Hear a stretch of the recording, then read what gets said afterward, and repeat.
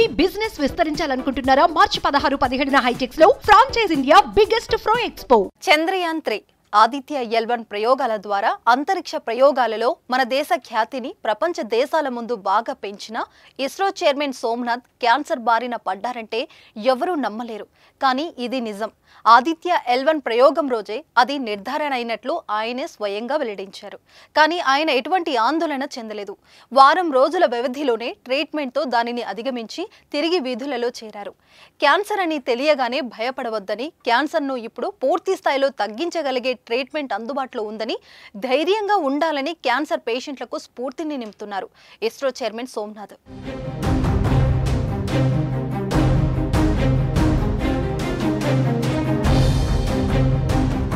చంద్రయాన్ 3 ప్రయోగం సమయంలోనే అనారోగ్య సమస్యలు వచ్చాయని, అప్పుడు అదేంటో తెలియకపోవడంతో అంతరిక్ష ప్రయోగాల్లో మునిగిపోయినట్లు సోమనాథ్ తెలిపారు.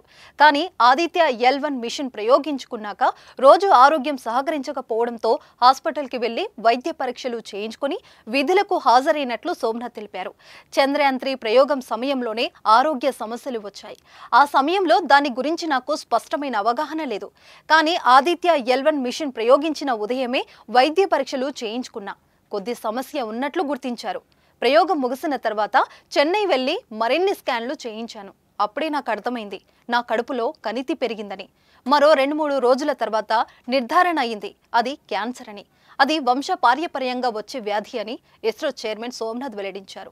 ఈ విషయం తెలిసిన వెంటనే కుటుంబ సభ్యులతో పాటు సహోద్యోగులు షాక్ అయ్యారని ఓ మలయాళ ఛానల్కి ఇచ్చిన ఇంటర్వ్యూలో సోమనాథ్ ఈ విషయాలు వెల్లడించారు. సోమనాథ్ చైర్మన్ గా అత్యంత కష్టమైన సౌత్ పోల్ పై ల్యాండర్ ని చాలా సేఫ్ గా ల్యాండ్ చేసింది భారత అంతరిక్ష పరిశోధన సంస్థ ఇస్రో.